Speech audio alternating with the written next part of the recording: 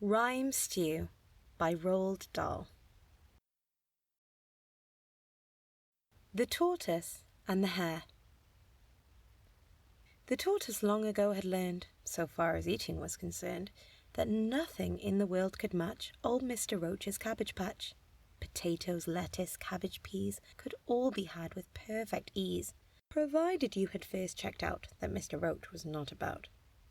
The tortoise had for very long enjoyed this lovely restaurant, but all at once, oh shame, disgrace, a ghastly thing was taking place. That horrid hare began to poach the sacred land of Mr. Roach. And worst of all, the hare got rid of far more than the tortoise did. With beans he'd eat up everyone before the tortoise had begun. The carrots all were out of sight before poor Torty had one bite. The lettuce, succulent and green, was suddenly no longer seen. And so the tortoise now began to hatch a very subtle plan. He came across the hare at dawn, demolishing a row of corn, and said to him, "Would you agree to have a sporting bet with me? I don't believe I've ever met a hare who could refuse a bet." Hare said, "I must admit I play the horses almost every day." The tortoise said, "I'm betting you I'd win a race between us two."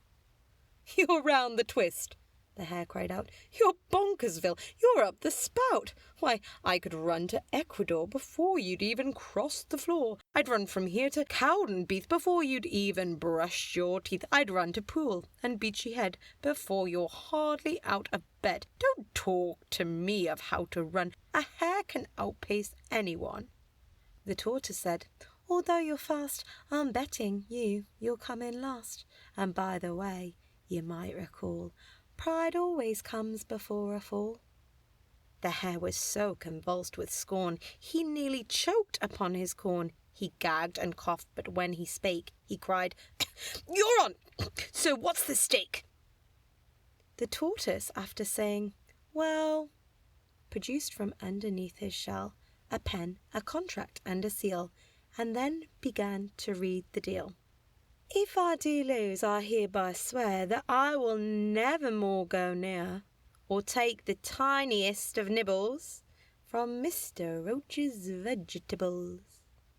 The hare considered for a while, then answered with a knowing smile, "That all seems eminently fair," and signed it with a flourish, "Hare."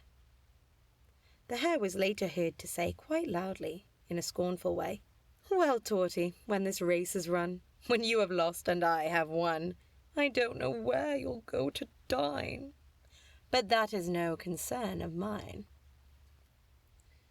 The tortoise now went on to call on Mr. Rat at evenfall, and found him in his workshop, where the rat was trying to repair a fascinatingly bizarre, bright saffron yellow motor car.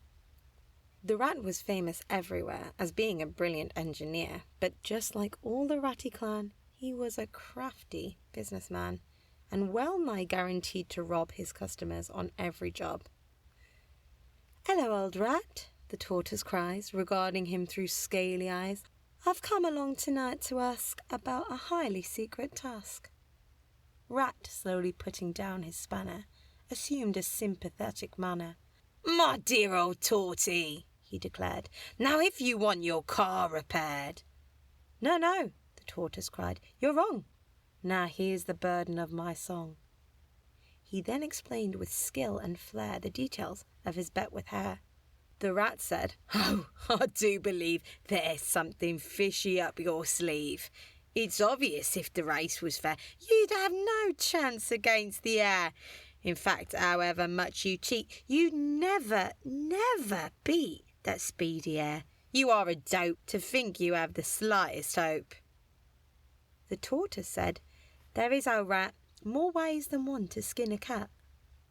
Rat cried, "Be sensible, old man. Look, even if I were to ram a red-hot poker up your blaster, you wouldn't travel any faster." "Hold it," the tortoise cried, "my wheeze, and listen carefully, if you please.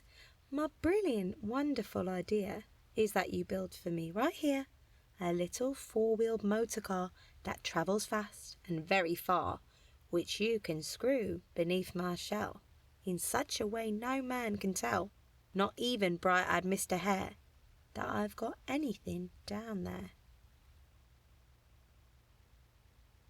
I'll wave my legs and off I'll go, and Mr. Hare will never know what's given me this wondrous power to run at 60 miles an hour. Oh, Rat, I know you'll do it right. The little wheels just out of sight, the engine tucked away as well, all hidden underneath my shell. The Rat was stunned. He stretched his eyes, he stood and shouted with surprise. By gum, I never would have guessed an ancient bird like you possessed such genius in your upper story. This has to be your path to glory.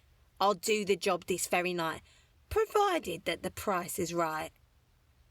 How much, how much? The Tortoise cried. Well, that depends, the Rat replied. Which motor you require on board, a Rolls, a Bentley or a Ford? The fastest one, the Tortoise said. I want a racing thoroughbred.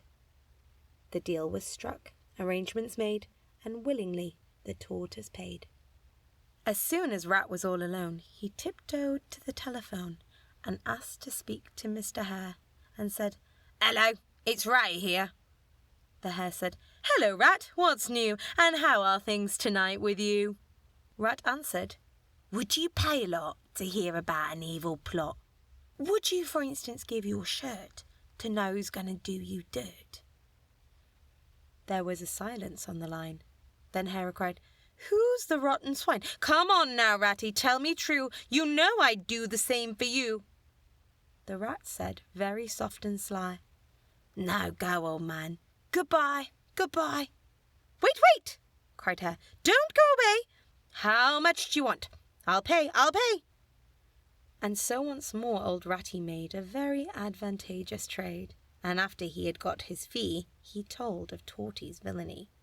The Hare jumped up and down and cried, That's cheating! He's disqualified! The Rat, with nauseating joy, said, Hate to tell you this, old boy. Your contract simply says you race, the two of you, from place to place. It doesn't ban the clever use of engines giving extra juice. I'm cooked, the Hare yelled out. I'm done! I'll lose my favourite restaurant.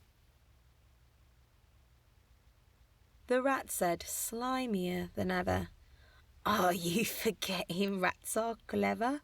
I'm sure arrangements could be made, provided extra cash is paid. I could, for instance, guarantee, in token of this extra fee, that irrespective of how fast that tortoise goes, you won't be lost. I'll see that all his tyres go flat. I'd guarantee it, said the Rat. How much? The other cried. An awful lot, the Rat replied. And Hare now paid a second bill, and Dirty Rat got richer still. This thrilling epoch-making race was by arrangement taking place along the road beneath the hill to finish by the barley mill. The Rat meanwhile had tipped a load of spiky nails across the road, then hid himself, when that was done, behind the hedge to see the fun. Spectators all along the way had come to watch and shout hooray. The field mice, weasels, hogs, stoats and rabbits in their furry coats all lined the route and waved their flags and picnicked out of paper bags. An ancient fox who ran the show yelled out, Get ready! Steady! Go! Now Torty gunned his great machine, and off he went in clouds of steam, and soon, because of all that power, was doing 50 miles an hour. Each time he had to change a gear, black smoke came belching from his rear. Each time he had to use the brake, his shell began to creak and shake. But, oh, it was a wondrous thing to see a tortoise on the wing. I'm going to win with lengths to spare, the Tortoise yelled to Mr. Hare. Oh, no, you're not, the Hare replied, for I've got Ratty on my side. And just a moment after that, all 4 of Torty's tyres went flat. He had to stop. He had no choice. And Hare, in an exultant voice, cried out, Well, that's the end of you. Stand back, I'm coming through. The Hare forgot that just ahead, lay all the nails that Rat had spread. The spiky things were everywhere, and silly, foolish Mr. Hare had spikes in every foot and toe. He couldn't run. He couldn't go. He shouted, "I can run no more. We'll have to call the race a draw." The tortoise, all his tyres flat, said sadly, "I'll agree to that." Meanwhile, the dirty Mr. Rat went home and counted all his pay. He'd had a profitable day. So just remember, if you can, don't tangle with a businessman. It doesn't matter who you choose. They always win. We always lose. If you were here and I was there, if you were tortoise, I was hare, we'd both get diddled in the end by people like our ratty friend.